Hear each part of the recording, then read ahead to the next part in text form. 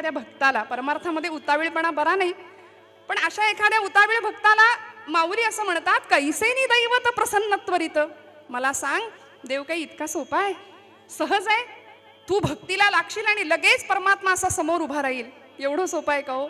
असं नाहीये. माऊली म्हणतात, उगार आहे निवांत शिणसी वाया.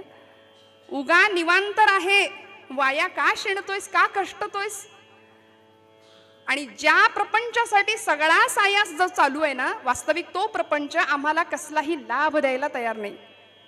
सायास करिसी प्रपंच दिननिशी, हरिसी न भजसी कवण्या गुणे. पुन्हा माऊली प्रश्न विचारतात. हरिपाठामध्ये थोडीशी पित्याची भूमिका आहे बरं का, आणि ज्ञानेश्वरीमध्ये आईची भूमिका आहे. प्रश्नच विचारलेत. बाप जसा आपल्या लेकराला असं उत्तर विचारतो ना, ठामपणे काहीतरी समजावून सांगण्याचा प्रयत्न करत असतात, त्या पद्धतीनं माऊली विचारतात, सायास करिसी प्रपंच दिननिशी, हरिसी न भजसी कवण्या गुणे. आयुष्यभर ज्या प्रपंच करता तू धडपडतोस, झिजतोस, कष्टतोस, वास्तविक त्यातून काहीही लाभ होत नाही. मग ज्या हरिजपामुळे जीवनाला कृतार्थ अवस्था प्राप्त होईल असा हरिजप तू का करत नाही? माऊली प्रश्न विचारतात. आणि मग शेवटी ज्ञानराज सांगतात, ज्ञानदेव म्हणे, हरिजप करणे तुटेल धरणे प्रपंचाचे.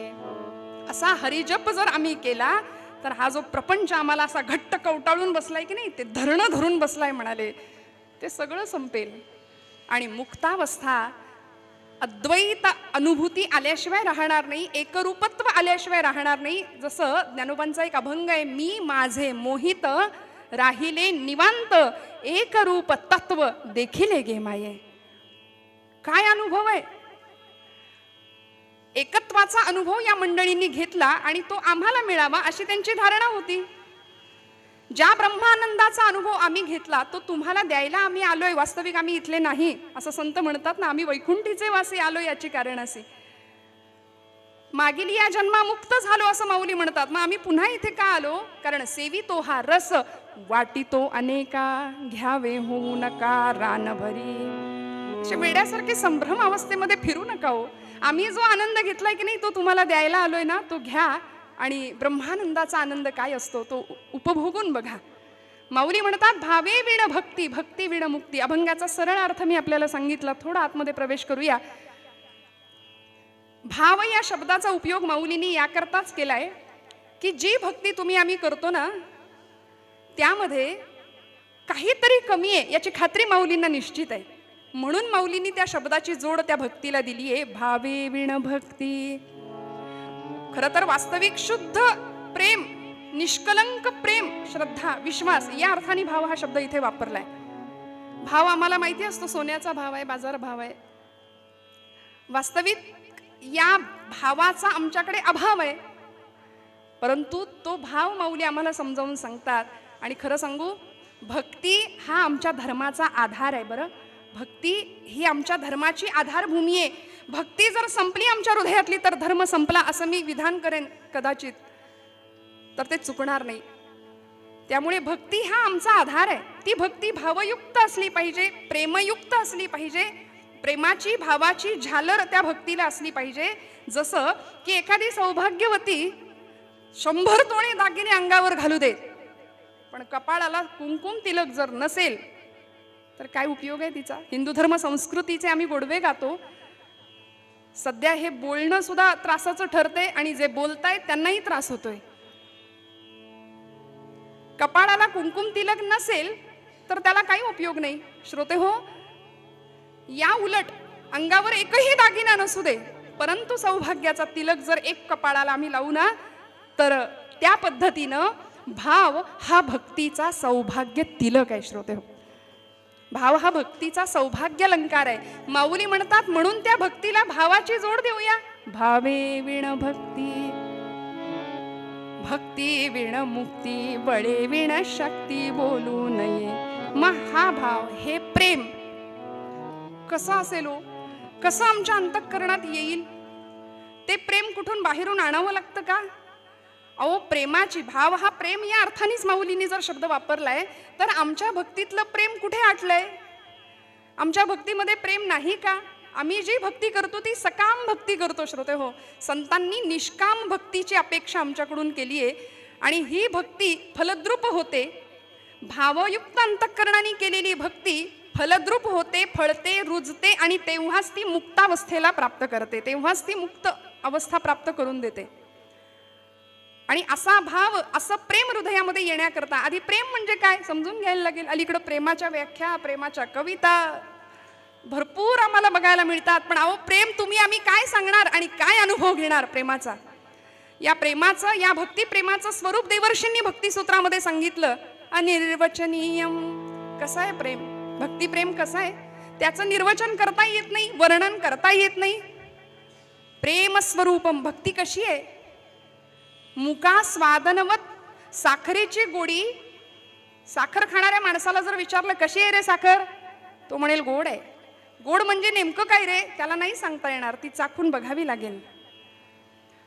त्या पद्धतीनं प्रेमाचं, भक्तीचं स्वरूप आहे श्रोते हो, की जे अनुभवावं लागेल. ही प्रेमयुक्त भक्ती आम्हाला अंतःकरणात मुरवावी लागेल. यापुढे जाऊन देवर्षी आम्हाला सांगतात प्रेमाची व्याख्या. मी म्हटलं तुम्ही आम्ही काय सांगणार प्रेमाची चर्चा आणि काय करणार? आज जे प्रेमाचं बिभत्स स्वरूप आम्ही आजूबाजूला पाहतोय त्याच्यातून काय पुढे परिणाम होत आहेत ते वर्तमानपत्र आम्हाला सांगतात. मी वेगळं सांगायची गरज नाही. लव जिहाद सारख्या सामाजिक प्रचंड मोठ्या गंभीर प्रश्नांना सामोरं जावं लागतं आमच्या धर्माला. का? प्रेमाचा वास्तविक सरळ साधा सोपा अर्थ नाही आम्हाला समजला. आमच्या आर्य सनातन वैदिक हिंदू धर्मावर आम्ही प्रेम करावं, संतांच्या वाङ्मयावर आम्ही प्रेम करावं, भगवंताच्या नामावर आम्ही प्रेम करावं. श्रोते हो, कशाला प्रेमासाठी दुसरीकडे जावं? देवर्षींनी या प्रेमाचं वर्णन, या प्रेमाचं स्वरूप सांगितलंय. गुणरहितम, गुणरहितम, कामनारहितम. प्रेम कसं आहे हो? गुणदोषांच्या पलीकडचं आहे. कुठल्याही प्रकारची इच्छा प्रेम करत नाही. भगवंताकडून काहीही नको. कसं प्रेम आहे भगवंतावर? प्रतिक्षण वर्धमानम. प्रत्येक क्षणाला वाढणार आहे. अनुभव रूपम, सूक्ष्मतरम, अविच्छिन्नम. देवर्षी नारद या भक्तीचं स्वरूप सांगतात. कधीही न संपणारं, सतत वर्धमान, वाढतं राहणारं आणि ते अनुभव घेण्यासारखं असं प्रेम.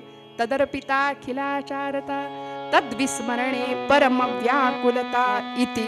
देवर्षी म्हणतात की जरा जरी विस्मरण झालं ना भगवंतांचं, तरी असा जीव व्याकुळ कासावीस झाला पाहिजे, अशी भक्ताची अवस्था असते बरं. आणि म्हणून भक्तीचे प्रकार आपल्याला भागवतामध्ये सुद्धा भक्त प्रल्हादांनी सांगितले, ते प्रसिद्ध आहेत.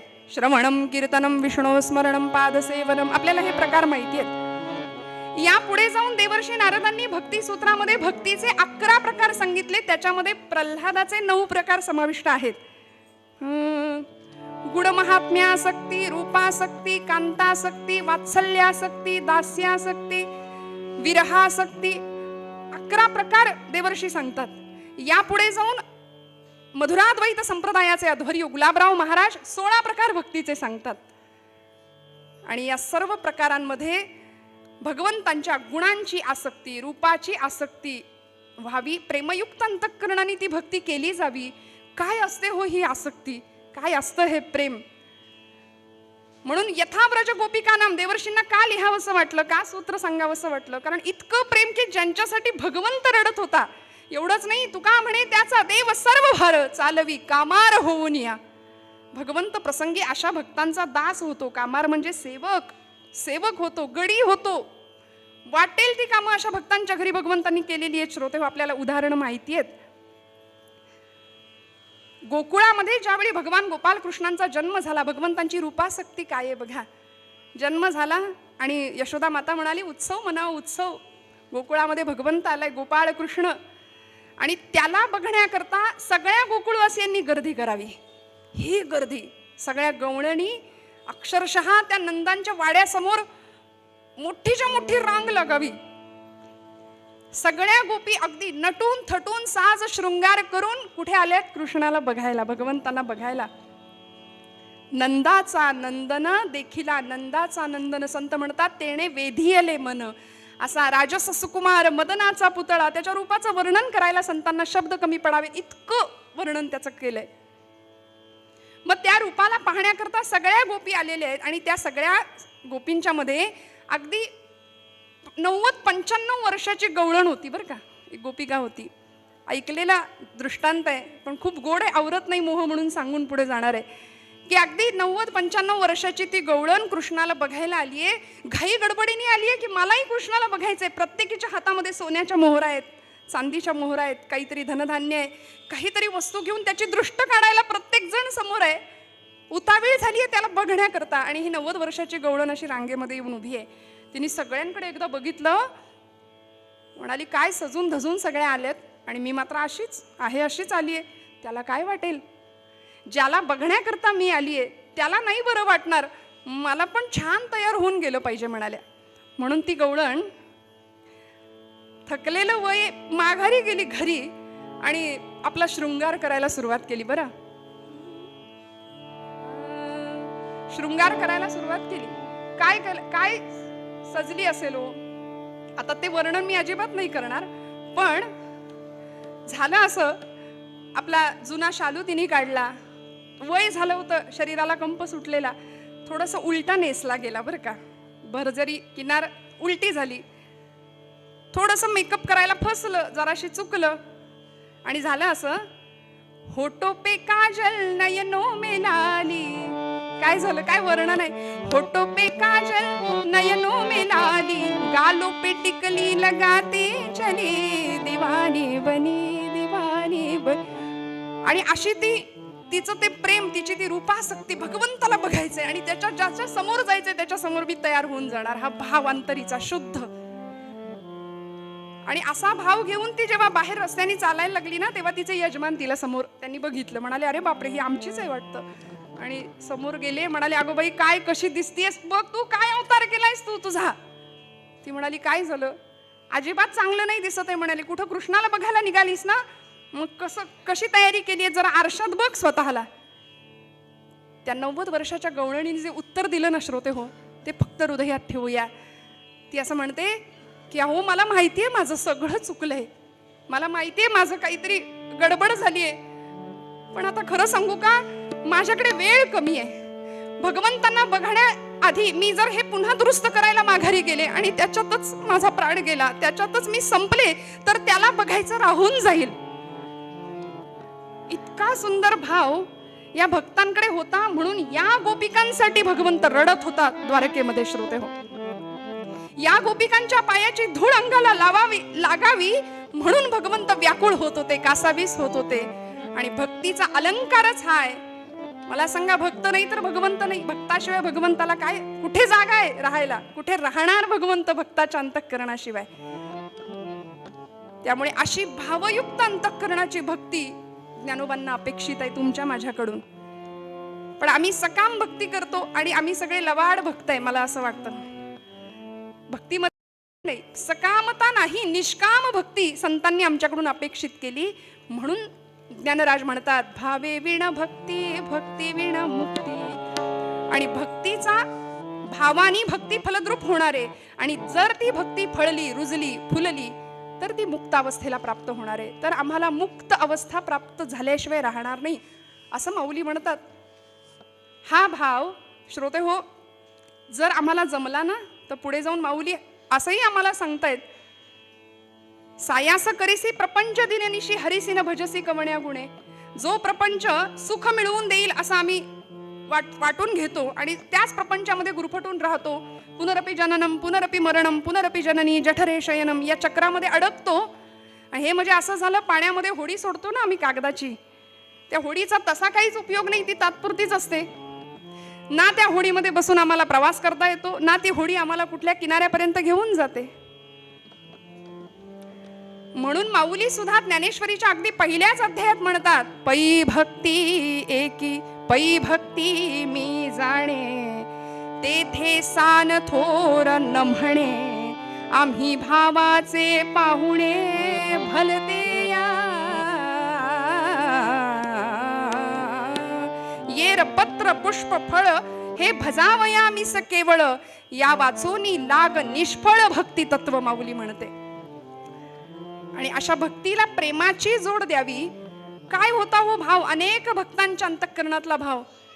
ज्यांच्या घरी भगवंत राबले असे आमचे संत श्रेष्ठ एकनाथ महाराज. गिरिजाबाई पत्नीचं नाव.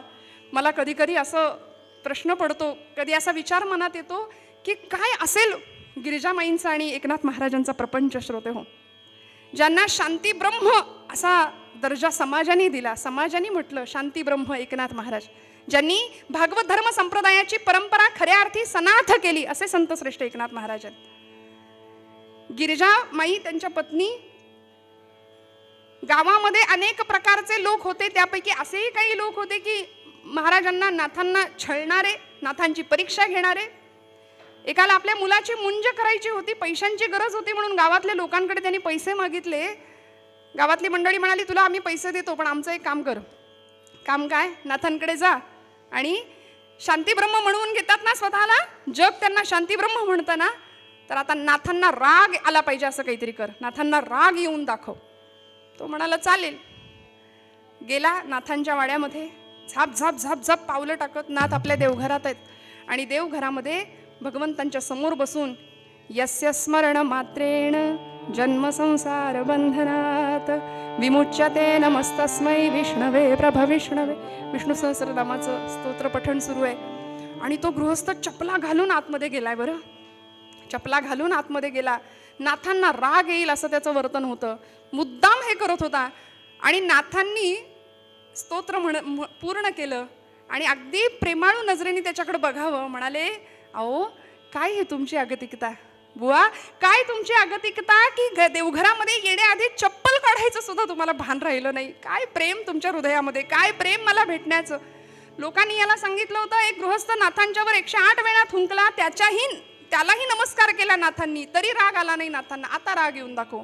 याही परिस्थितीत नाथांचं शांती ब्रह्म हे नामाभिधान किंवा ही पदवी लोकांनी नाथांना दिलेली आहे, ती सार्थ झाली. पाहिलं, म्हणाला आता नाही, आता राग येईल असंच काहीतरी करेन. नाथांच्या घरी पंक्ती उठायच्या, जेवणाची पंगत बसली आहे आणि स्वतः गिरिजामाई जेवण वाढतायत वाकून सर्वांना. पूर्वीचा काळ होता हो, आता आम्ही सुधारित झालो, सोफिस्टिकेटेड झालो, प्रचंड सुशिक्षित झालो. मला असं कधी कधी वाटतं नक्की उलटा प्रवास सुरू आहे की नक्की पुढे प्रवास सुरू आहे. कारण पूर्वीचा काळ बसणारा माणूस बसताना बसून जेवायचं, वाढणारा माणूस वाकून वाढायचं. आता उलट झालंय, आता वाढणारा माणूस एका जागी उभा आहे, जेवणारा माणूस सगळीकडे फिरत फिरत फिरत फिरत जेवतंय. बुफे. गिरिजामाईंनी आग्रह करून करून प्रत्येकाला वाढावं. पंगत बसली आहे जेवणाची आणि हा जो गृहस्थ होता की नाही, नाथांना त्रास द्यायला आलेला, तो आला धावत आणि गिरिजामाईंच्या पाठीवर असा चढायचा प्रयत्न करू लागला. श्रोते हो, नाथ महाराज बघतायत आपल्या गिरिजामाई पत्नीकडे आणि गिरिजा आई सांगतायत की अहो काळजी करू नका, हरीला लहानपणापासून असंच पाठीवर घेऊन वाढायची मला सवय आहे, लेकराला पडू नाही देणार, काळजी करू नका. काय शुद्ध भाव, किती शुद्ध प्रेम असावं. आणि म्हणून माऊली म्हणतात की हा भाव जर तुमच्या माझ्या अंतःकरणात असेल ना, तर या भावायुक्त अंतःकरणाने, आता हरी या शब्दाचं उच्चारण तितकं महत्वाचं नाही, पण तो उच्चारणारा जो आत्मा आहे किंवा त्याचं उच्चारण करणारा जो भक्त आहे ना, त्याची भावदशा माऊलींनी महत्वाची मानली आहे. म्हणून भावे विण भक्ती, भक्ती विण मुक्ती, माऊलींनी हा क्रम सांगितला. जो प्रपंच तुला लाभच देत नाही तो प्रपंच आम्ही करतो, सगळी तळमळ सुखासाठी करतो. संत म्हणतात, सुखा लागी करीसी तळमळ, सुखा लागी करीसी तळमळ, हो सुखा लागी करीसी तळमळ, सुखा लागी करीसी तळमळ, परी तू पंढरीशी जाय एक वेळ, परी तू पंढरीशी जाय एक वेळ, मग तू अवघाची सुख रूप होशी, मग तू अवघाची सुख रूप होशी, जन्मोजन्मीचे दुःख विसरशी,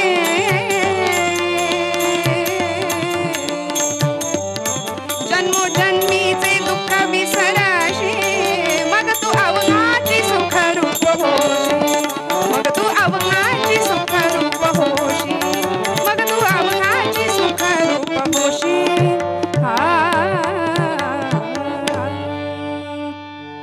जन्मोजन्मीचे दुःख विसरशी, मग तू अवघाची सुख रूप होशी. सद्गुरु मामासाहेब दांडेकर असं म्हणायचे की प्रपंचामध्ये सुख शोधणं म्हणजे मिरच्यांच्या बाजारात जाऊन खव्याचे पेढे मागण्यासारखं आहे.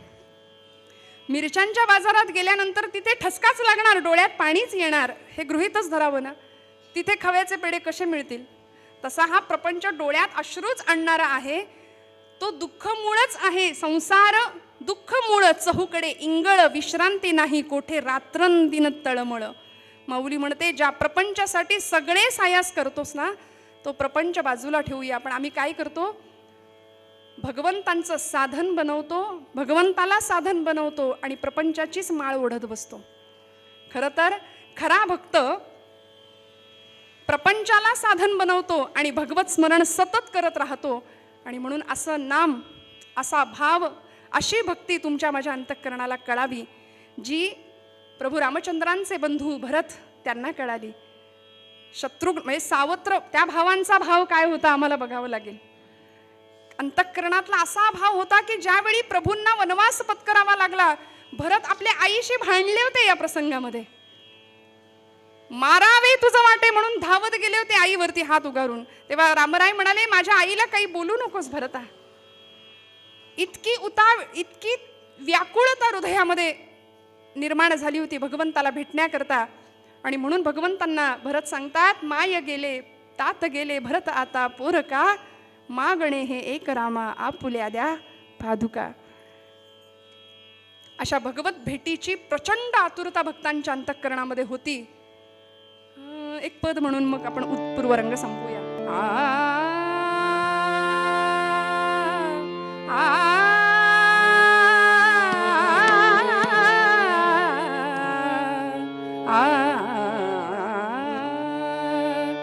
ज्यावेळी प्रभू निघाले ना वनवासाला, भरत मागे मागे मागे मागे जात होता. भरद्वाज ऋषींच्या आश्रमामध्ये भगवंत थांबले होते, कळालं, धावत मागे गेले आणि ज्या ठिकाणी भगवंत बसले होते त्या जागेवर असा हात फिरवत होते. रामा, काय भक्ताचं लक्षण असावं. भागवतामध्ये नवयोगेश्वरांनी जनकाला भक्त लक्षण सांगितलंय. त्रिभुवन विभव हे तवेप्य कुंठ स्मृती रजितात्मसुरादिभिर्विमृग्यात न चलती भगवत पदारविंदा लव निमिषार्धमपी यस्स वैष्णवाग्रहा. वैष्णवाची व्याख्या, भक्ताची व्याख्या सांगितली आहे. आणि असाच भक्त हात फिरवतायत आणि रामाला सांगतायत, कधी भेटे वनवासी वियोगी रामचंद्राला.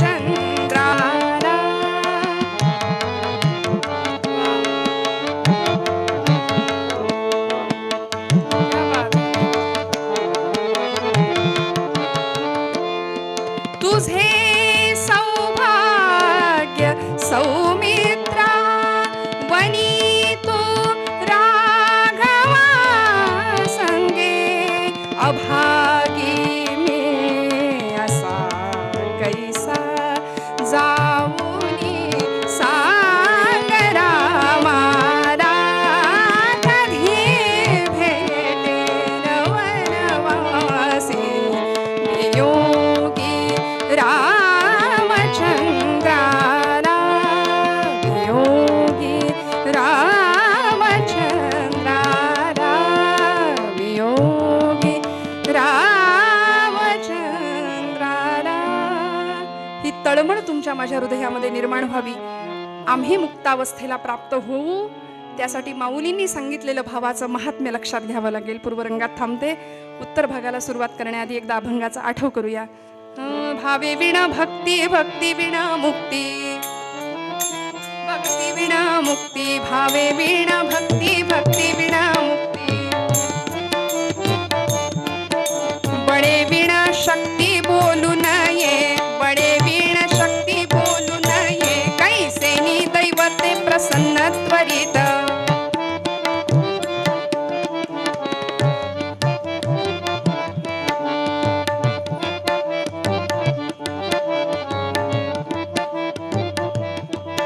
कैसेनी दैवते प्रसन्न त्वरित, उगारा हे निवांत क्षीण शिवाया, उगारा हे निवांत क्षीण शिवाया, हरिमुखे म्हणा, हरिमुखे म्हणा. पुण्याची गणना कोण करी, पुण्य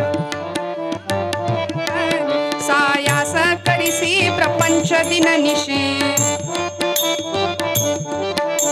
हरिसी न भजसी कवण्या गुणे, ज्ञानदेव म्हणे हरि जप करणे, ज्ञानदेवा म्हणे हरि जप करणे, तुटेल धरणे प्रपंचाचे, धरणे प्रपंचाचे, भावे विण भक्ती, भक्ती विण मुक्ती, बळे विण शक्ती बोलू नये, बळे विण शक्ती बोलू नये, बळे विण शक्ती बोलू नये. पण हरिकथेच्या नियमानुसार थोडा वेळ हरिनामाचा गजर करूया. सर्वांनी मस्त भजन करा, हाताने टाळी, मुखाने गोड आवाजामध्ये नाम. संजीवन समाधी सोहळ्याचा हा पवित्र पावन असा पर्व काळ आहे. श्रोते हो, 21व्या शतकामध्ये संजीवन हा शब्द आम्हाला खूप अवघड वाटतो. काही लोकांनी या शब्दाची चिकित्सा केली, काहींनी खरंच माऊली आहेत का याचाही आपल्याला इतिहास माहिती आहे, शोध घेतला. पण खरं सांगू का, परवा एकाने मला विचारलं, खरंच माऊली आहेत?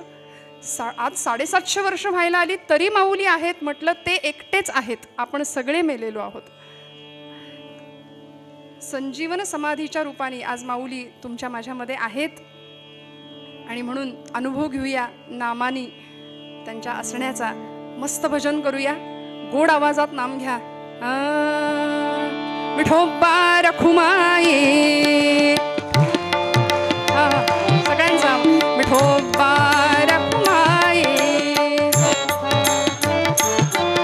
विठोबा रखुमाई, बोला बोला, विठोबा रखुमाई, विठोबा रखुमाई,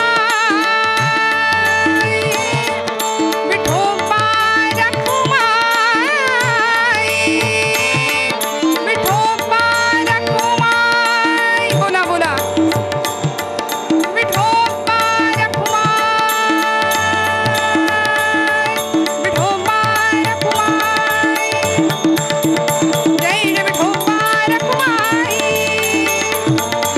जय जय विठोबा रखुमाई, विठोबा रखुमाई, बोला बोला, विठोबा रखुमाई, जय जय विठोबा रखुमाई, विठोबा रखुमाई, विठोबा रखुमाई, विठोबा रखुमाई,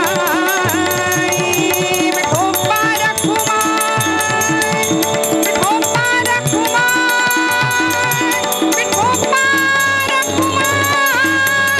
विठोबा रखुमाई, विठोबा रखुमाई, बोला बोला, विठोबा रखुमाई. पंढरीनाथ भगवान की, माऊली ज्ञानेश्वर महाराज की, जगद्गुरु तुकाराम महाराज की जय, जय जय रघुवीर समर्थ.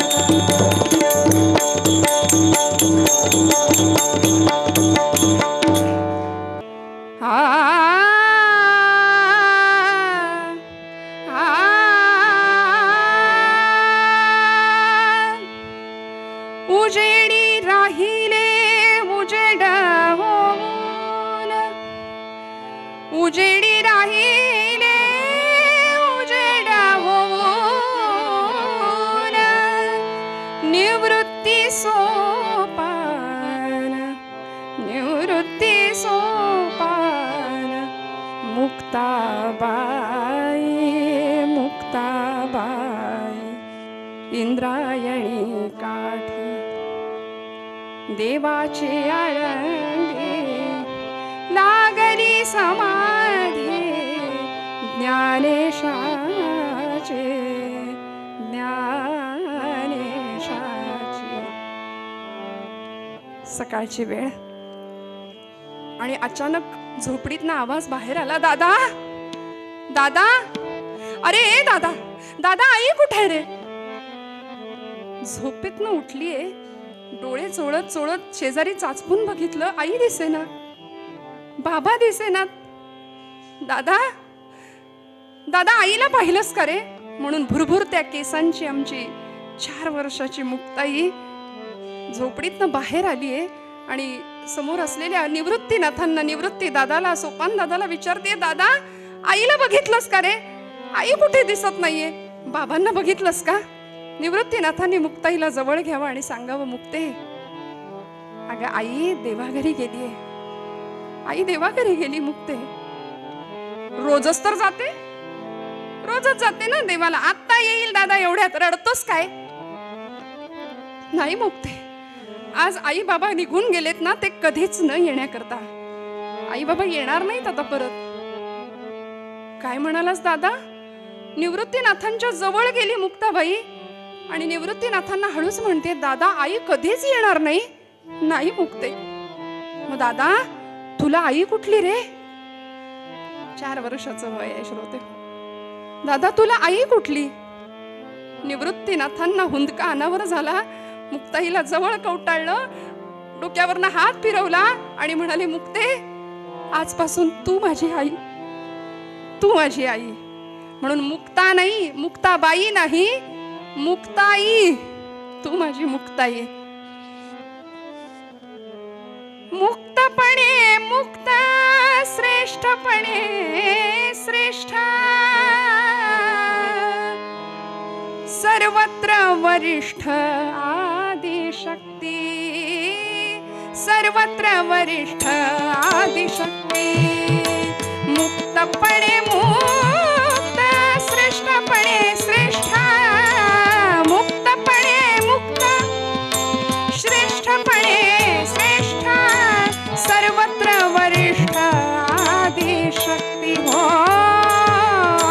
सर्वत्र सर्वत्र वरिष्ठ आदिशक्ती.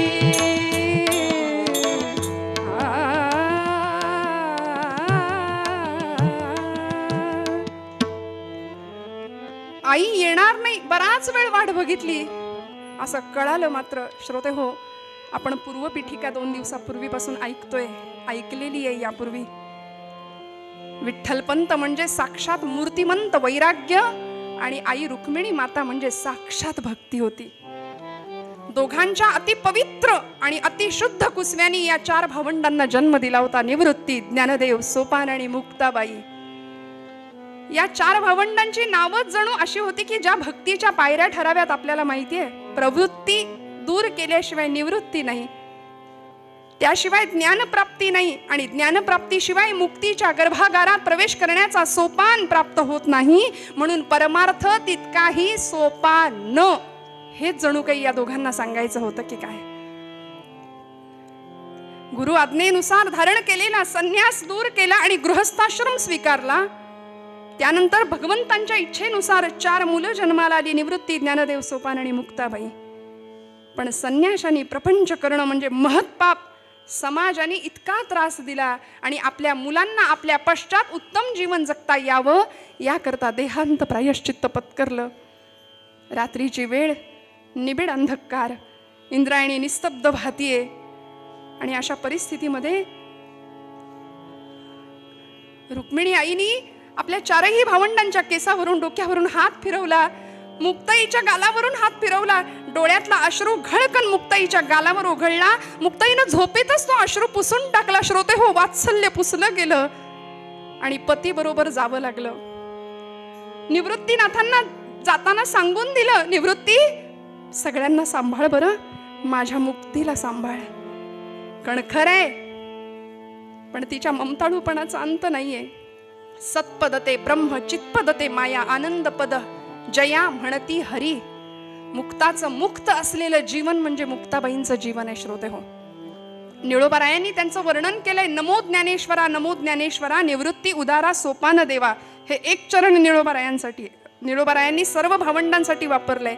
आणि 2रं चरण, नमो मुक्ताबाई त्रिभुवन पावनी, आद्यत्रय जननी देवांचीही. एका चरणात सबंध मुक्ताबाईचं वर्णन केलंय. 3ही देवांची आद्यत्रय जननी अशी, ब्रह्मा विष्णू महेश यांचीही ती जननी, योग शक्ती, आदिमाया, मूळ माया, आदिशक्ती, ब्रह्म चित्कला, चैतन्याची कला असलेली मुक्ताबाई महाराज. 3 देवांची तर जननी होतीच, पण ब्रह्मा विष्णू महेश हे आहेतच, पण 3 देव तिने खऱ्या अर्थी कशा पद्धतीने घडवले बघा. नामदेव, ज्ञानदेव आणि चांगदेव. एक कच्चा होता, त्याला पक्क होण्याचा मार्ग शिकवला. एक कोरा होता त्याला परिपूर्ण केलं, भरून काढलं, आणि एक तापलेला होता त्याला शांत केलं. ज्ञानदेव, नामदेव आणि चांगदेव. आई येणार नाही म्हटल्यानंतर रात्री इंद्रायणी निस्तब्ध झाली, निबिड अंधकार. रात्र संपली, दिवस उजाडला आणि मुक्ताबाई वाट पाहून थकली आणि आई येणार नाही याची खात्री पटली. त्यावेळी या रखुमाईच्या लेकीनं टाहो फोडला. श्रोते हो, असं म्हणता मध्ये तो टाहो. आर्त करुणा भाकली भगवंतांची, आई आई म्हणून टाहो फोडला. सोपान काका रडतायत, ज्ञानदादा रडतायत. निवृत्तीनाथांनी सगळ्यांना जवळ घ्यावं. मुक्ते, ए ज्ञाना, ए सोपाना, आता रडायचं नाही बरं, आता रडायचं नाही. अरे वेड्यांनो, रडता कशाला? बघा बरं, समोरच्या पारावर ते चिमणीचं घरटं आहे की नाही? अरे काय झालं माहितीये, त्या घरट्यामध्ये त्या चिमणीची पिलं होती की नाही 4. काल रात्री एक मोठी घार आली आणि त्या पिलांना घेऊन निघून गेली. बरं, त्या आई वडिलांना घेऊन निघून गेली, पण तरी सुद्धा सांग मुक्ते, ती पिलं कशी दाणा टिपतायत? ती थांबली का? ती दाणा टिपतायत की नाही? मुक्ता, ज्ञाना, आपल्याला थांबून नाही चालणार. निवृत्ती दादा सगळ्यांना समजावतायत, मुक्ताईला समजावतायत. आणि मुक्ताईने एवढं ऐकलं मात्र. 4 वर्षाची परकरी पोर मुक्ताबाई आमच्या महाराज पटकन परकराचा ओचा खोवला, पाण्यात शेण कालवून आणि सडा टाकायला सुरुवात. ज्ञानदादा बघतो काय, अरे जा भिक्षा मागायला. निवृत्तीनाथ, ज्ञानदेव भिक्षे करता बाहेर पडले आणि सडा टाकणाऱ्या मुक्ताईकडे बघितलं. शेजारच्या कुंभारवाड्यातली लक्ष्मी आत्या धावत आली आणि पदराचा बोळा तोंडात कोंबूनच मुक्ताईला अक्षरशः हंबरडा फोडला. मुक्ते, काय झालं ग? आता सांत्वन कुणी कुणाचं करायचं? पण ही 4 वर्षाची आदिमाया ब्रह्मचित्कला काय म्हणते माहितीये? लक्ष्मी आत्या, रडू नकोस ग. माझी आई म्हणायची, भरल्या घरात रडू नये, रडू नकोस ग. लक्ष्मी आत्या म्हणतीये, कुंभारीण होती शेजारची, त्यांनी सांगावं, लय सोसलं ग दोघांनी मुक्ते. आणि एवढ्यात ज्ञानदादा यावेत. ज्ञानदादांनी सांगावं, आत्या तू कुंभारीण ना ग, मडकी बनवतेस, घट बनवतेस. मला सांग, एका घटामध्ये गाईचं शुद्ध लोणी असतं, दही असतं, आणि एका घटामध्ये संस्कारासाठी वापरलेला जाणारा अग्नी असतो ग. घटा घटांचे रूप आगळे, प्रत्येकाचे दैव वेगळे. तुझ्या विना ते कोणा न कळे,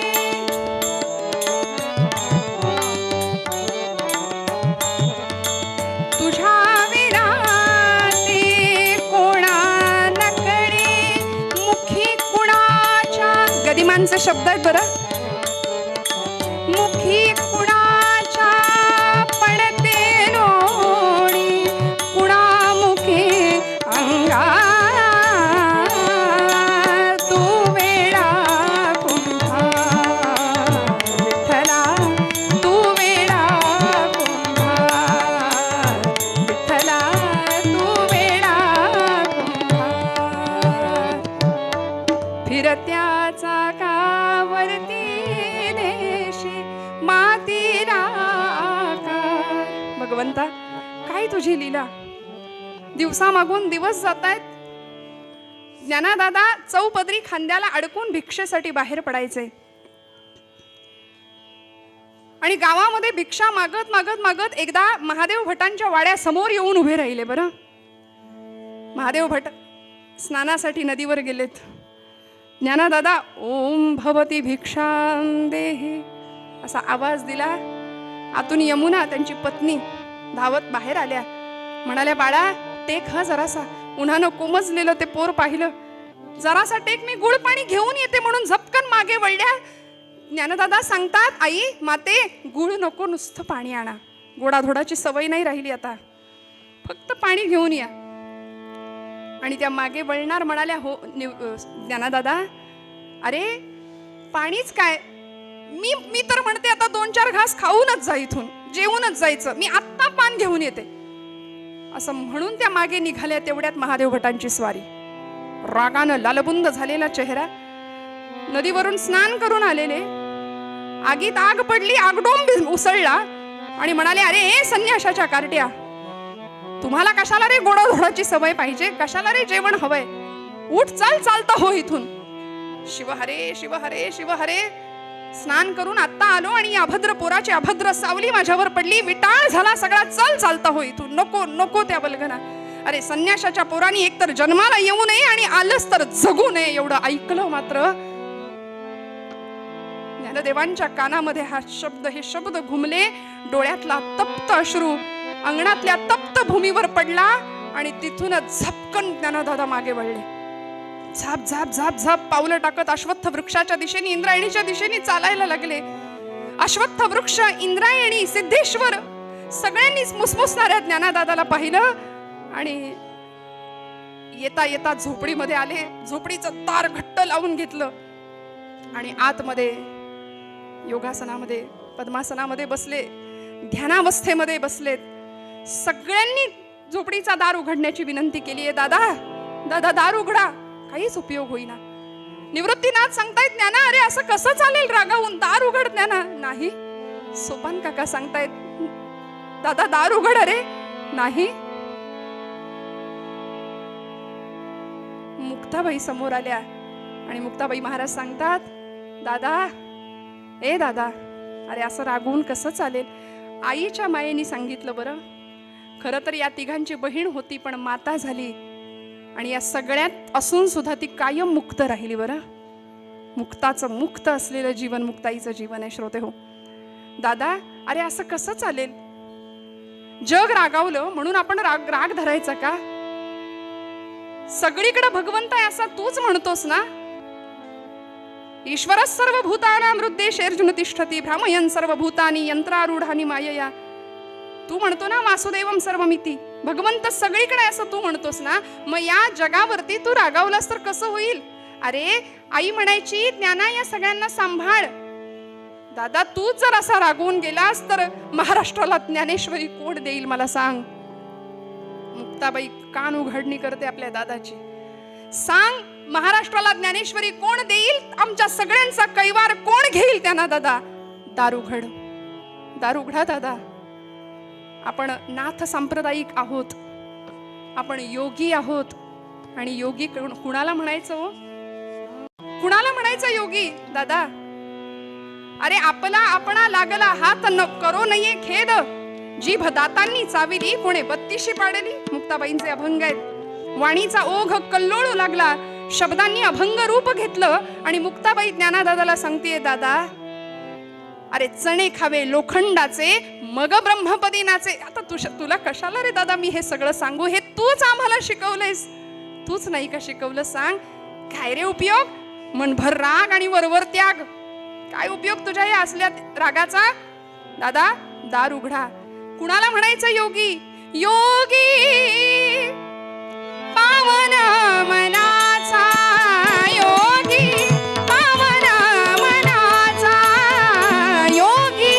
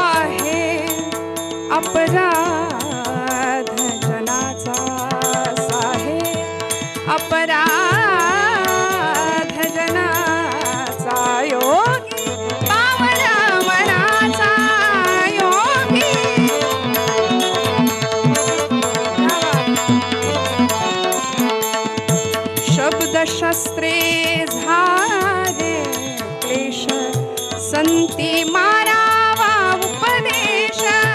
संती मारावा उपदेश.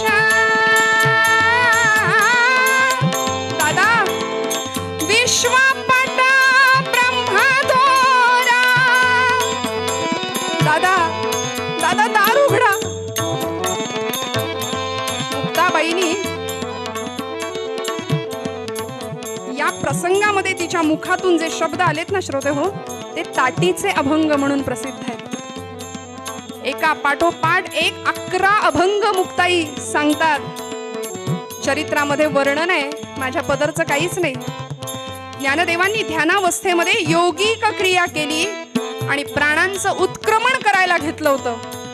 म्हणजे प्राण आता आकाशात भिरकावून देणार होते, पण आदिशक्ती असलेल्या ब्रह्मचित्कला मुक्ताईंनी परकाया प्रवेश नावाची सिद्धी केली आणि आपला प्राण ज्ञानदेवांच्या प्राणाला आडवा लावला.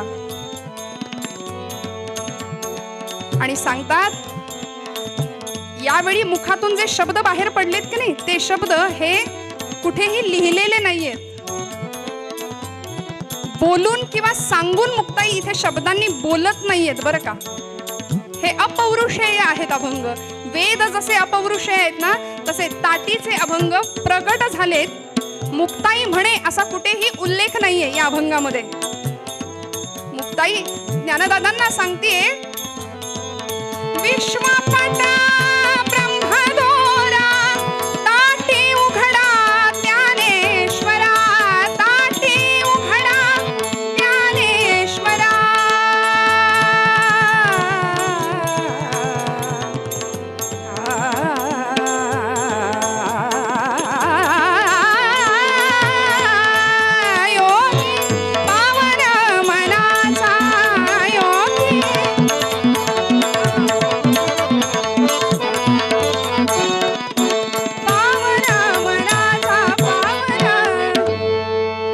दादा, आपण तरुणी विश्वतारा ताटी उघडा ज्ञानेश्वरा.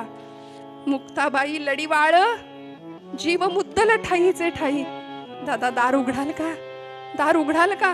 मुक्ताबाईचा आर्त टाहो ज्ञानदेवांच्या हृदयापर्यंत पोहोचला आणि वाऱ्याच्या सुसाट वेगाने ज्ञानदेव उठलेत. झोपडीचा दरवाजा उघडला आणि एखाद्या आईला लेकरू कसं कवटाळतं तसं मुक्ताईला जाऊन बिलगले आणि म्हणाले, मन निवाले निवाले समाधान झाले. मन निवाले निवाले. हा अनुभव कैवल्य साम्राज्य चक्रवर्ती ज्ञानदेवांना देणारी मुक्ताई काय अधिकाराची असेल श्रोते हो. दिवाळीचा सण आला. मुक्ते आज दिवाळी, मुक्ते आज दिवाळी, बंधू आम्ही तुझे असे येत.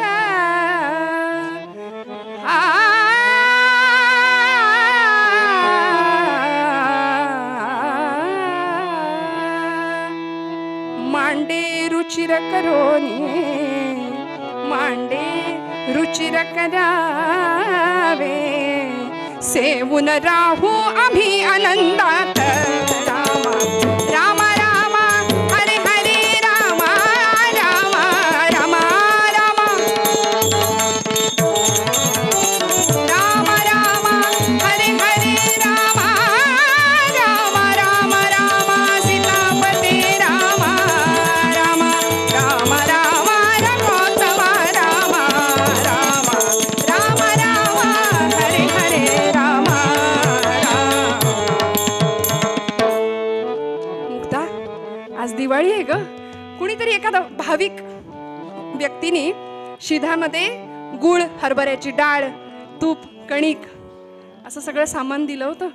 आणि निवृत्तीनाथ मुक्ताईला सांगतात, मुक्ते आज दिवाळीचा सण आहे, मांडे खायची इच्छा झाली आहे, तुला येतात का ग मांडे. हात तिच्या दादा, एवढंच ना. अरे आईनं शिकवलंय मला. दादा मांडे येतात करता, पण साध्या तव्यावर मांडे होणार नाहीत रे. त्याकरता मडक्याचं मोठ्या गोल आकाराचं एक खापराचं रांधणं लागेल ना. आणि ते रांधणं आणायला धावत मुक्ताबाई कुंभारवाड्यात जाऊन कुंभार काकांना सांगितलं, काका माझ्या दादाला मांडे खायची इच्छा झाली आहे, देता का हो एक खापर. खापर घेतलं आणि येता येता रस्त्याने आनंदाने चालतीये. विसोबा चाटी नावाचे गृहस्थ आळंदीमधले समोर आले. कार्टे मुक्ते, अगं संन्याशाची पोरं तुम्हाला कशाला गोडधोड खायला पाहिजे. साधू म्हण होता ना स्वतःला, आणि गोडाधोडाची चटक जिभेची कशाला हवी. आणि इकडं ते रांधणं, आणि इकडं ते खापर म्हणून ओढून घेतलं हिसकावून आणि खाली पाडलं, फुटून गेलं. रडत रडत मुक्ताई निघाली. ज्ञानादादा वाटेत भेटले. मुक्ते काय रडतीस ग. डोळ्यात का पाणी? दादा अरे रांधण फोडलं रे विसोबांनी. तुला खरं सांगू का, फोडलं त्याचं वाईट नाही वाटत, पण निवृत्ती दादाला आज मांडे खायची इच्छा झाली, कधी नव्हे ते, म्हणून वाईट वाटतंय रे. दादा काय करू रे आता, कसे मांडे खायला घालू दादाला? एवढाच ना मुक्ते, काळजी करू नकोस, चल तू मांड्यांची तयारी कर, आपण भाजूया मांडे. आणि निवृत्त मुक्ताईला घेऊन त्यांना दादा आले. मग योग धारणा करुने ज्ञान देवे पेटविला पंचागने. लाल बुंद ज्ञानदेवांची पाठ झालीये. मुखातनं आगीचे लोळ, आगीच्या ज्वाळा दिसतायत, आरक्त नयन दिसतायत माऊलींचे.